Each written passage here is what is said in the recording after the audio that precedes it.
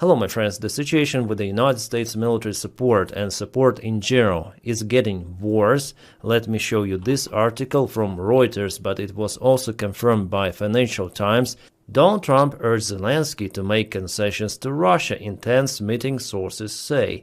And concessions means giving up Ukrainian territory, Donbas. Just like that, because Putin wants it and Donald Trump also wants to obtain his Nobel Peace Prize. This information was published by 3 legacy media sources, and they referred to their sources inside the White House administration. And we have the confirmation of that one from European partners and from Zelensky himself. The Prime Minister of Poland, Donald Tusk, mentioned that none of us should put pressure on Zelensky when it comes to territorial concessions.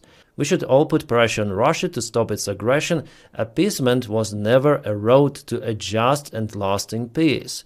Indeed, if we check out the history of the Second World War. So as for me, it's also very strange to see what is happening from the White House. Well, not just Trump was pushing Ukraine to give up own territories without any fight.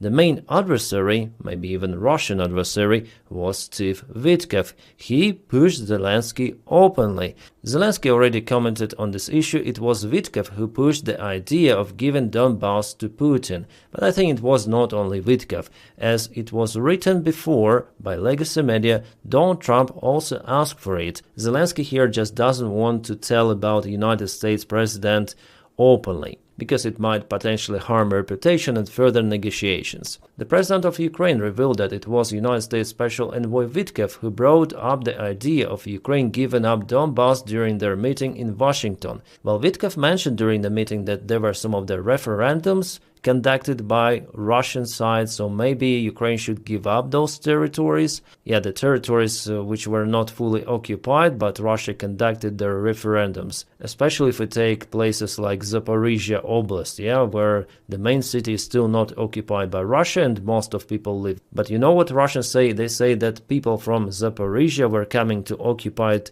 territories just to vote to join Russia. Complete madness. Well, nevertheless, Zelensky responded firmly, saying that Russia's so-called referendums were a farce conducted after the occupation. Yeah, not only after occupation, but before it. Yeah, still they're not able to occupy those territories fully. The Russians claim they held a vote among their people, but between the invasion and that so-called referendum, 10 years passed, he said. Maybe here he mentions Crimea, where referendum was also illegal because administration buildings, all of them were occupied by Russian Spetsnaz. Then Witkoff referred to the fact that the results of these referendums were written into the Russian constitution. Well, Zelensky replied that if tomorrow Putin adds something else there, are we supposed to give it up again? And if I add 2 Russian regions to Ukraine's constitution, will they withdraw from those territories? Yeah, of course, the answer is no. Putin is just using the current White House administration, which is damn incompetent,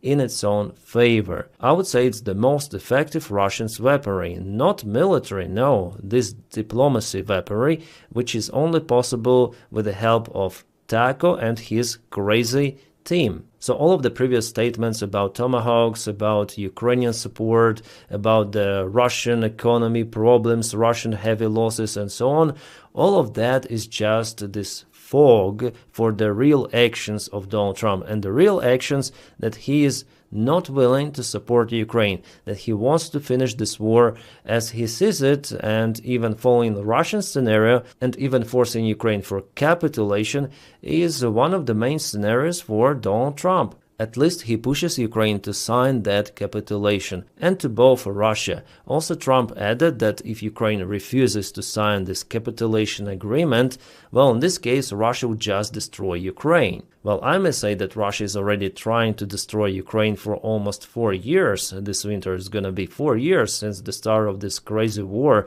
and Putin really wanted to win it with limited amount of the forces. He thought that people in Ukraine really support Russia, so he organized this blitzkrieg campaign, which went to a failure for the Russian army and Russian regime itself. And now Putin is basically forced to continue this long-term war, which is exhausting the Russian economy. Little by little, yeah, Russia still may sustain itself for extensive period of time, but with this war, finally, Russia will not manage it. Russia will start to decline, collapse, you may call it different names, but this process is just imminent, and it all happened because of Putin's decision to start the war. Later on the next day on board of the Air Force One, Donald Trump was asked by journalists of whether he pushed Ukraine for capitulation and seized its territory for Russia or not. Well, Donald Trump here lied that he or anyone else didn't push Ukraine for that kind of the decision, but Zelensky's post today openly stated that it was Vitkov who pushed Ukraine. But I'm also sure, judging on 3 legacy media sources, that Donald Trump also pushed Zelensky. So Trump is lying. Oh, what a surprise. Also, the Washington Post released a big article about the meeting. They refer to their sources in the White House once again, and they say that during the meeting with Zelensky, Trump ignored most of the statements of Ukrainian president. Zelensky's points of view were just missed for Donald Trump's remains of the brain. But at the same time, Donald Trump complained about Nobel Peace Prize, that he hadn't received it despite all of his efforts to stop the war in Ukraine, and not only. Yeah, it seems like this guy is really obsessed with this Nobel Prize, but what he does is, you cannot call it peace. He even up to start a civil war in the United States of America. Donald Trump is completely unhinged, and he's well manipulated by dictators, and especially by Putin. By the way, a freaking vice president of the United States of America noticed our bro, Jake Bro, who said that Pete Hegseth showed up to the White House meeting today with President Zelensky wearing a Russian tricolor flag tie. These people love Putin and Russia, and J.D. Vance stated, or maybe he has wearing the colors of America. But if we check out the comments, I think that people, yeah, it's the Russian tie. So basically the same colors go white, blue, red. It is a Russian flag, and it's called Russian plain flag tie. I already mentioned it in one of my videos. So it seems like this MAGA elite, as J.D. Vance, Donald Trump, and who else is in their team, they have so much time, so they go to internet, they search some of the comments, they reply, they generate or repost creepy AI videos, and they create this kind of the beef online. They have nothing to do, it seems like, yeah? Instead of ruling America normally, properly, they are out there commenting Jake Bro's posts and many others' posts. Well, after that post, there were lots of the MAGA bots who attacked Jake Bro with crazy comments, as you might see. And also this government-affiliated channel called Jake Bro a weapons-grade moron.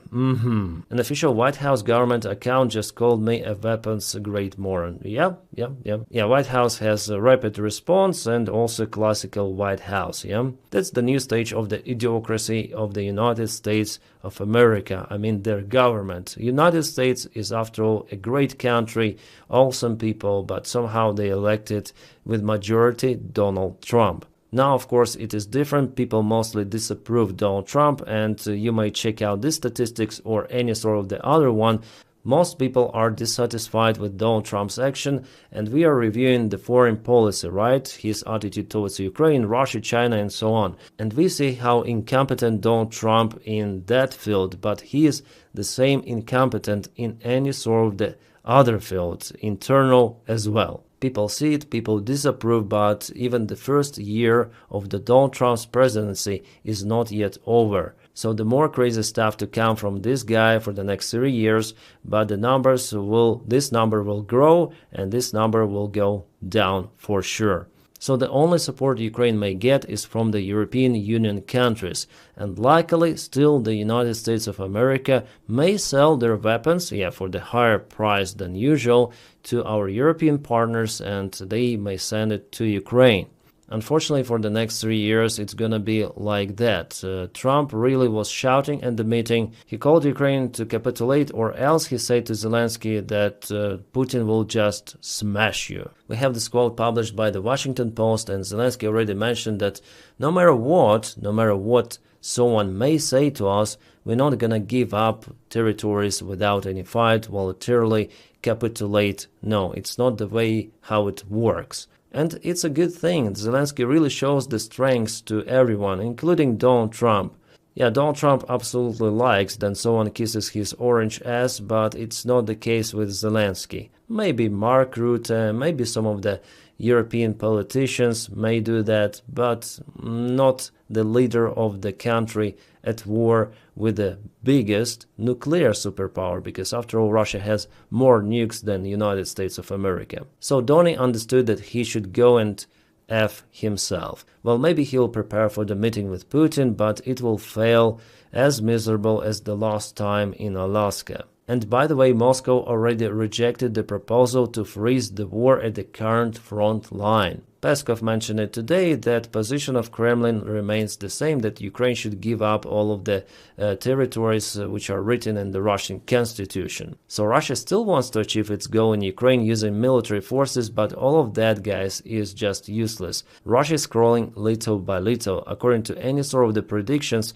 Russians would need more than 100 years with the same pace to occupy all of the Ukraine. And the goal for Russia is entire Ukraine, not those regions, as Zelensky, by the way, mentioned today, and it is 100% correct that why the biggest country in the world is so interested for some of the square kilometers elsewhere in Ukraine. It is nonsense, and I agree with that. The real reason for Russia is to establish its control over entire Ukraine, and further, Ukraine is just a step for Russia. Putin and his circle, they really want to restore the Soviet Union. That's it. It's their main goal that was already proclaimed.